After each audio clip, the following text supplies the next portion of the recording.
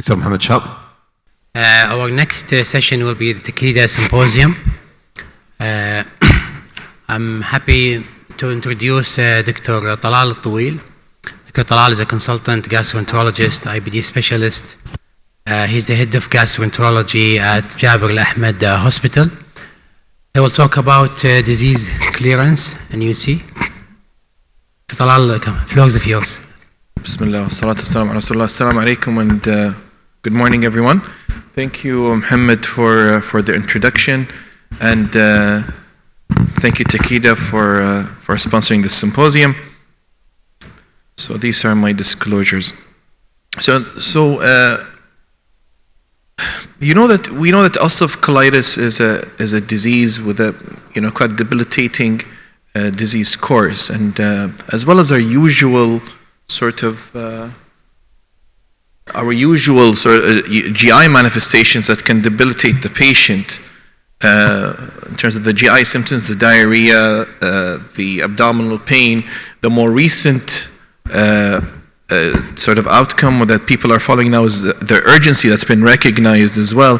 There's also, we have to look outside the box, and we have to look at things like extraintestinal manifestation, as well as obviously their lifetime risk of increased colorectal cancer. But there's also another aspect that's sometimes overlooked, is the psychosocial burden on patients. I think Hiba nicely spoke about this in her talk yesterday, and two large studies here looking at that showed that our patients with IBD, their absenteeism from work was around 16%.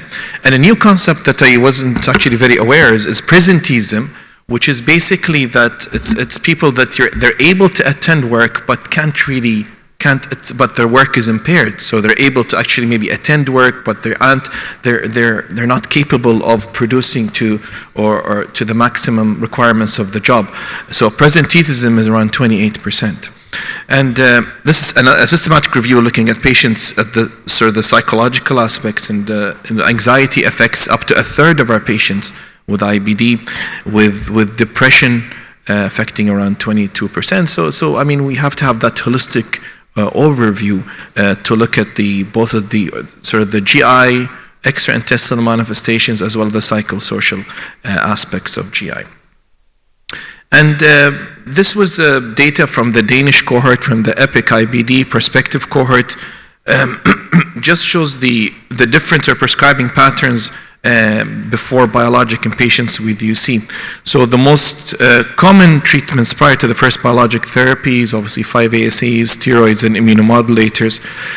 And only 15% of our patients with ulcerative colitis receive biologics within 10 years. So you can see there's still a lot of conventional therapy that's being used in IBD, especially in ulcerative colitis. We tend to, as you know, biologic prescription is higher in Crohn's disease because we don't have a lot of effective conventional therapies. While ulcerative colitis, because we do have that sort of baseline of conventional therapies, sometimes they are overused, and patients are sort of stuck on the conventional therapies for a long time, which obviously delays their healing and can lead to complications. So, I mean, immunomodulators do work. They're actually still, they don't work very well though.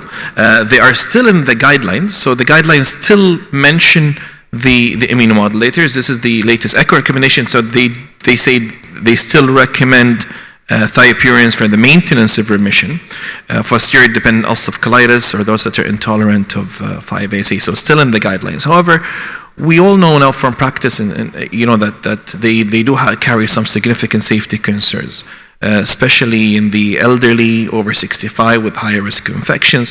And we've always learned in our training about how to counsel our patients about the risk of lymphoma and those patients on thiopurines, especially the older over 65, as well as that cohort subset of younger males under 35 that can develop a rare but a fatal hepatosplenic T-cell lymphoma. And remember, these are not induction agents, so these are maintenance agents. So if you're going to use a thiopurine, it should be a maintenance agent and not an induction agent. And as we know with ulcerative colitis, it's all about that window and timely intervention really to reach our goals. If you remember the STRIDE recommendation that we have the 3 targets, immediate and the intermediate and the long-term target. With tight monitoring and a timely intervention, we can hopefully modify that disease course. So if we actually look at the guidelines regarding the international guidelines regarding the use of biologics, and especially with the anti-integrin class, so we have the AGA 2020 guidelines do recommend, they do mention thiopurines on the side here, so it's still mentioned also the European and the North American. So remember, not as an induction agent, but as a maintenance agent may be considered. But obviously, for the moderate to severes, the biologics should be the ones that you should be going for from the get-go. And I think the guidance have been updated to go for an anti-integrin or infliximab, and after Varsity, the North American guidelines have put adalimumab as a less favored option as a first-line agent. The AGA has updated their guidelines, and then last year they published what's called the living guidelines for ulcerative colitis, and they've used a unique classification that they've used of what's called a higher efficacy, intermediate, and lower efficacy, depending on, and they place it into a first line and a second line therapies. So for the higher efficacy as a first line, you've got your anti-TNFs, your anti-integrins, your JAKs, and your IL-23s, and then you've got things like golimumab, ustekinumab, tofa, as an intermediate, and then they've got adalimumab as a lower efficacy. And then things change when you're in second line. So things switch slightly.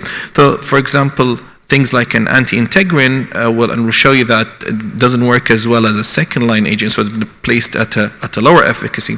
Well, things have moved to higher efficacy are the JAKs and the IL-12/23s.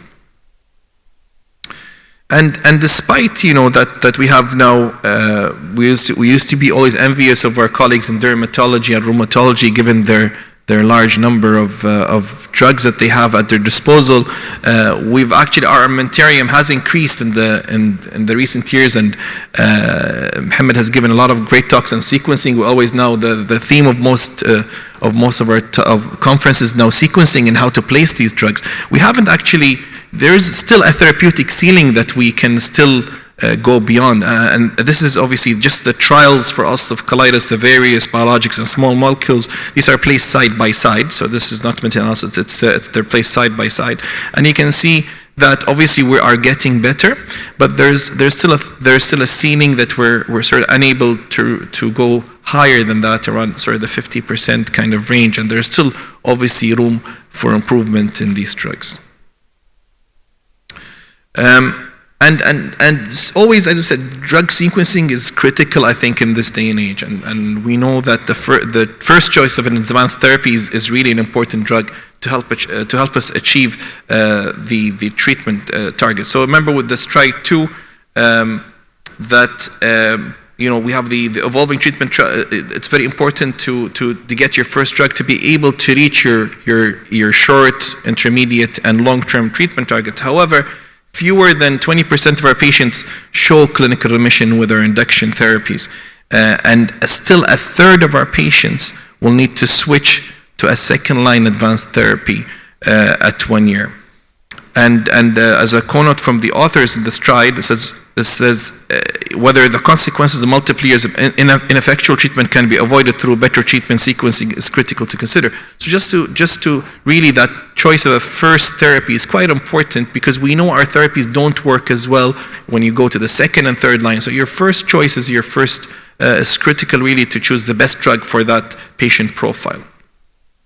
And this just to show you sort of the treatment journey for patients with ulcerative colitis. So this is the data for INT'L. So you've got real-world persistent data, which will go over the safety profile up to 9 years of data and 1 million patient years of exposure in IBD, and then the flexibility and the route of administration with the new subcutaneous Vedo available. And the concept of a treatment of the window of opportunity, this usually graph we see in Crohn's disease, if you remember, about that window of opportunity, and then you get if you miss it, you get the stricturing and penetrating complications. And it's less, we always thought it doesn't apply to ulcerative colitis as much as Crohn's disease. However, there is growing data now to show that UC is similar to Crohn's disease, and it is progressive disease with a tendency to cause irreversible structural damage, as well as obviously the dreaded complications of cancer. And there is a window of opportunity that exists in ulcerative colitis before the progression of the inflammation leading to irreversible bowel damage. So there is also a window that we need to find in ulcerative colitis and target and treat to prevent long-term sequelae. So this leads us to the concept of disease clearance. So this is a concept that was put forward by the IO-IBD group this is an international expert consensus meeting, the International Organization of IBD. So it's a panel of IBD experts from across the globe. And their objective was to put a definition of disease clearance to standardize clinical practice and clinical trials.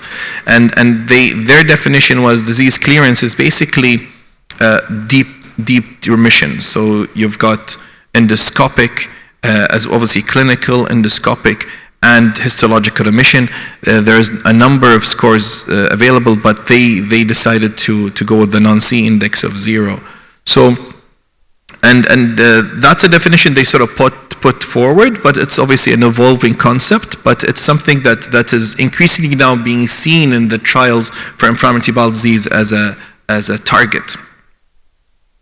So this brings us to Verdict, which is a phase 4 randomized single-blinded RCT with vedolizumab, specifically addressing this concept of disease clearance.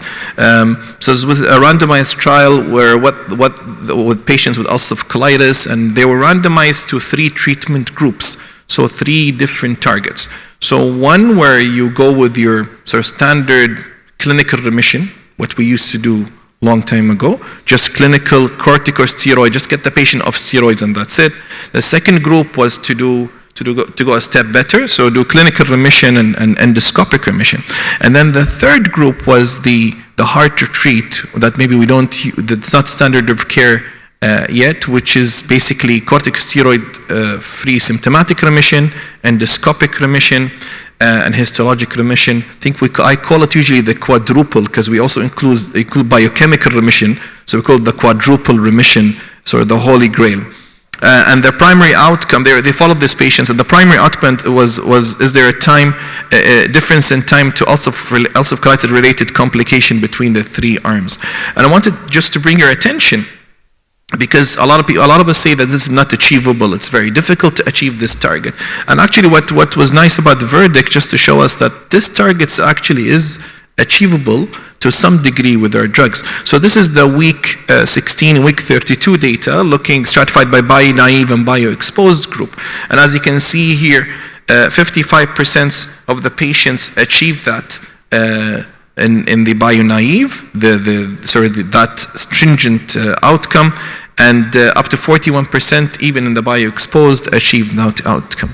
So it's certainly something that is achievable with our current therapies, although obviously there is still room for improvement in this area.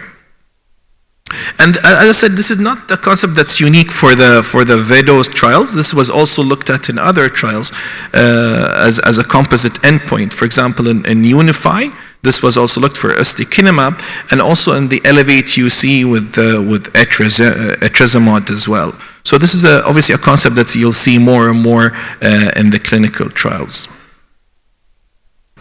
And we'll go with this disease clearance, so we'll go through the Varsity as well. So Varsity, as you know, was one of our first head-to-head trials in IBD, looking at vedolizumab versus adalimumab. I think Dr. Shaji went through it briefly yesterday, and just show you that in the data, obviously the trial design had some limitations, but it did show that there was that Vedo was twice as likely as adalimumab to lead that concept of disease clearance compared to anti-TNF. And it was also, if you look at the composite endpoints, so it was, if you look at the three, so that's what disease clearance is, right? So the three composite endpoints: remission, clinical, mucosal healing, and histologic.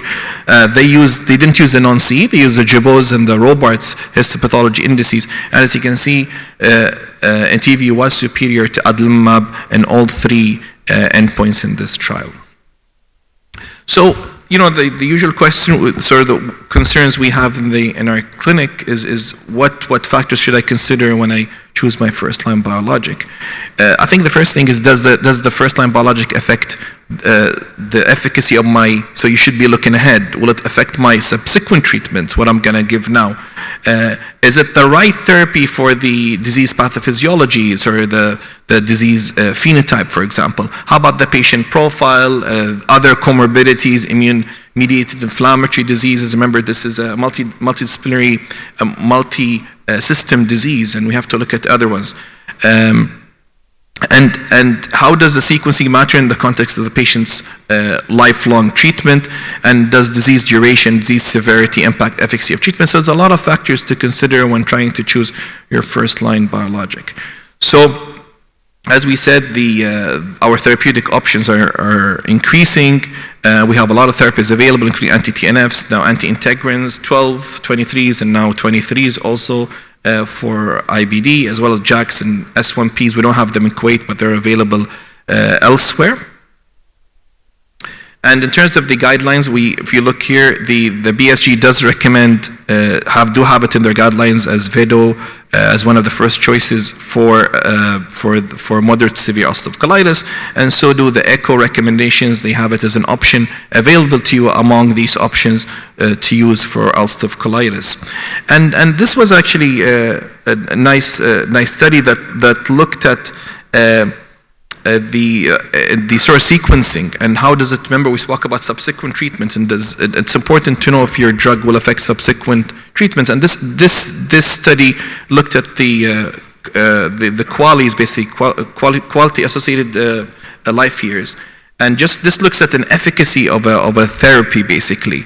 And what it showed is that the patients who started with Entyvio compared, for example, who started with infliximab, there were higher patients, the QALYs were higher at 1 year, and the percentage of patients in steroid-free remission at 1 year was higher when you started with Entyvio compared with other Iran when you start with an anti-TNF.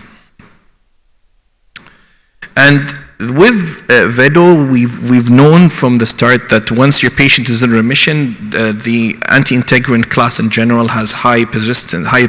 So the patients, once they are induced in remission, they tend to stay in remission long term. And we'll go through some of these studies in the next few slides. So this was the PANIC study, which is the Persistence Australian National IBD cohort study, and just showed you that the importance of where to place your drug. So the PANIC study demonstrated that there is significantly longer persistence with Entyvio when you use it as a first line versus second line. So when it's second line after an anti-TNF, then it is affected by the TNF therapy. It's not really well understood why is that at a molecular level. They think that whether the anti-TNF poisons the mucosa for anti-integrins, which really affects their efficacy, but certainly when it's the other way around, usually anti-integrins do not affect the efficacy of anti-TNF when the latter is used as second line. And we know that anti-TNFs are very effective drugs, but there's an issue with persistence because of, especially infliximab, because of the issues with antibody formation as well. With antibody-mediated failure, and this is data to show that, as you can see, the persistence of Vedo was much higher compared to infliximab, up to 60 months in this particular study. And this is the IBD bioresource study. Just shows you again the superiority of the effectiveness of Entyvio over other anti-TNFs, including infliximab, adalimumab, and golimumab. Again, just showing the same signal about longevity and persistence of anti-integrin class. And this is similar sort of message.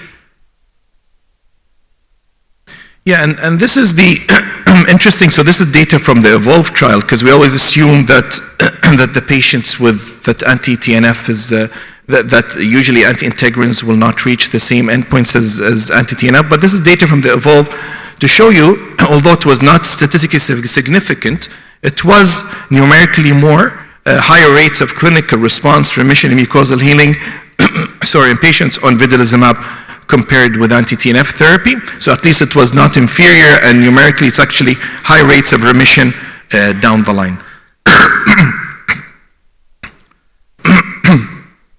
Again, so this is just the data from the EVOLVE, just show you that there's also the same signal of high persistence of patients on vedolizumab versus anti-TNF.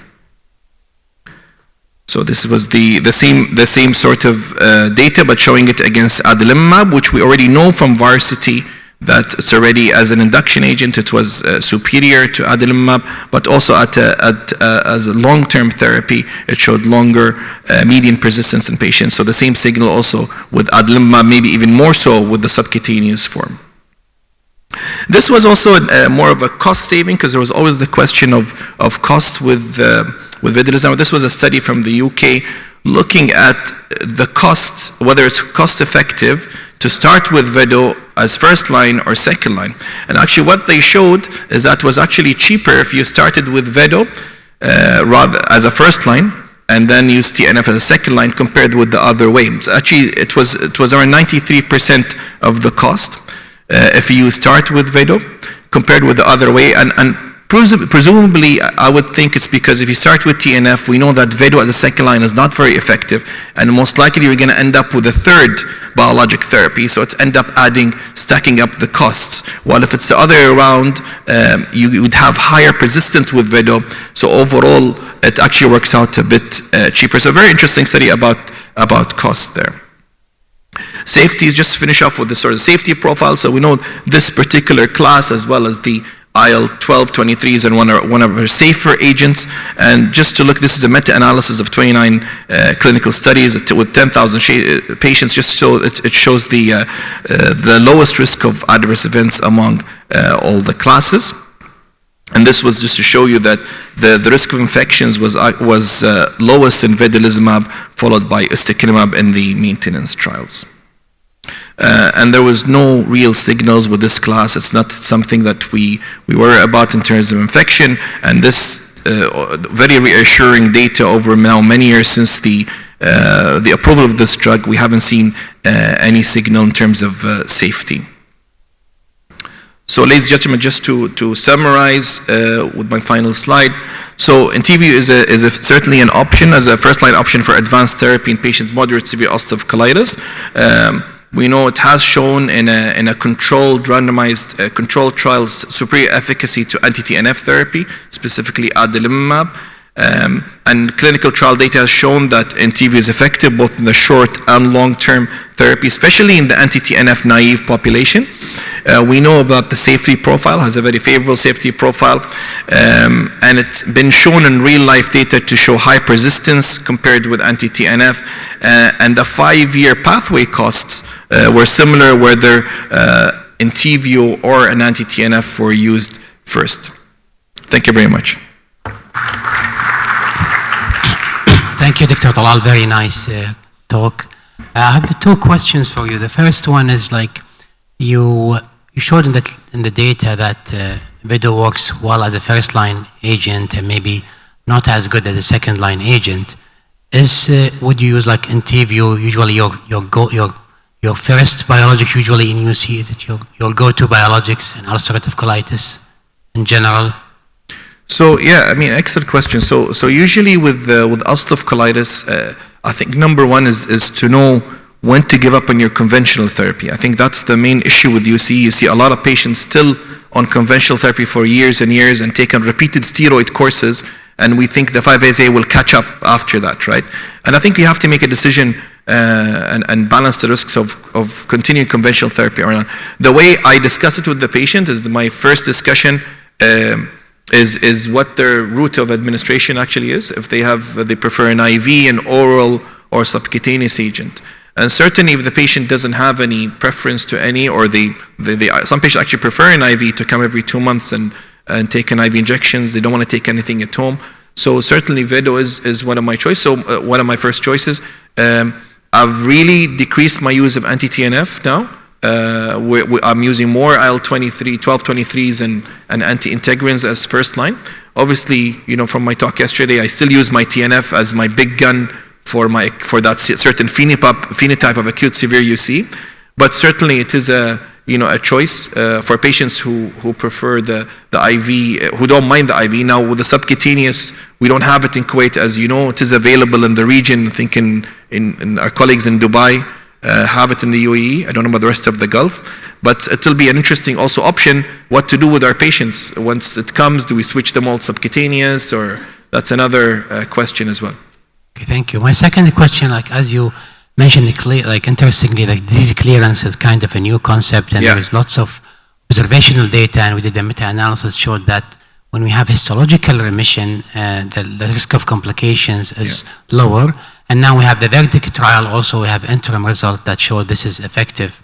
And maybe I think the outcome is out in 2 years, and maybe soon that guidelines would change to we need to aim for histological remission. In Kuwait, do you think we're ready for histological remission? Do you think should we work on that on the next year or two? Because if we have this an outcome and our histopathologists and are we ready, you think, in a year or two to change our outcome in Kuwait? Excellent question, Mohammed. Really, you have the most difficult ones, challenges. So yeah, I think it's obviously there's now there's robust data, I think, for endoscopic remission. I think that's there now. I think we should all agree that mucosal healing there's pretty good data to support that it does affect disease outcome. But now there's obviously very good data, as you can see, for histological remission as well, to maybe justify sort of optimizing your therapy. Now, the challenge is, are we ready for it here? That's the question. So there's a few challenges. Number one, for example,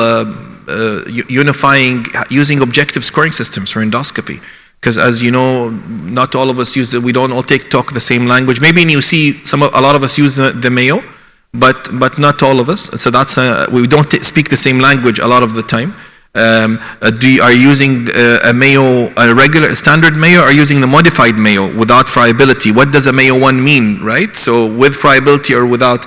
So it depends what people are talking, what they mean by their scoring system if they use it. So I think number one is I encourage all endoscopy units to use an objective score. Choose a simple one, and for both Crohn's and ulcerative colitis, and use it in your reports, so we make sure we're all talking the same sort of language. And I think we should really be going for at least in this day and age for sort of endoscopic healing at least. Now the next step of histological healing, it's a bit of a challenge because of also pathology, Mohammed, as you mentioned. So we only have one GI pathologist in Kuwait. He was with us in the audience yesterday, Dr. Mohammed. We took him for lunch yesterday. He's overwhelmed because he's the only guy in Kuwait. We're sending him all our cases. He's quite overwhelmed. Our pathologists are doing a good job, but we have to sort of standardize the reporting as well, to make sure we're speaking. They know what we want from them as well. So that's why I think it's short of recruiting more GI pathologists, which is difficult, which is a need obviously, but in the interim I think we should involve them in an MDT fashion, because actually, Mohammed, with our MDT now in Jabir, because they're with us, actually their reports have evolved with time, because they know what they're asking us, they know what they know what we want from them specifically, what to tell us, what we need from them. So the reports have evolved and have improved, and they're becoming more useful now. So I think down the line, I think we can eventually. I don't think we're ready yet, just because we need a standard of what histological healing is. They're certainly not using any of the indices. I'm just asking. I'm not expecting it even. I'm just asking for a report where they would tell me the patient is in healing or not. Okay, thank you, Dr. Talal. We need to hit hard from the beginning in the window period, whether it is UC or Crohn's. And I think INT'L is doing a very good job. But when we speak about the cost effectiveness, there are two benefits of anti-TNF. We have the biosimilar and we have the subcutaneous. I hope INT'L, when it comes subcutaneous, it will reduce our day case cost. And if we have a biosimilar of INT'L, we'll put anti-TNF on one side and we give INT'L. I think it will be our first choice. Yeah. The second thing, what about your ozanimod and etrasimod? What do you think about it? Okay, so thank you, Dr. Hamad. So for your first question, obviously I think this question of cost, as Ahmed knows, he's in the committee with us, we won't decide. It's usually the payers above us decide and dictate what happens to us, you know, whether what agent we're going to get and which one we might come to a degree. We're not forced to use anything at the moment, but I think there's going to come a time we're going to be forced, for example, to start with a certain agent. We're still in the period of the honeymoon period at the moment, but I think it will end soon, I think, and will be forced. But for the time being, I think you want to choose the best agent for your patient, right? And so far, an anti-integrin, I feel, is of limited use as a second or third line. If you don't use it as a first line, don't use it. That's my real message. You can use it this is off-label, obviously, just because Takeda's team, so you can use it as a good combination agent. I think Vedo has a use as an off-label indication. But within the label, I think as a first line, it's where it's gonna be. I don't have an experience with ozanimod. It's not licensed in Kuwait. I don't really have much to say about it. Don't have an experience with it. No idea. Ahmed, you know any? No, I don't think there is still a biosimilar INT'L yet. Thank you, Dr. I think for the sake of time, we have to move on.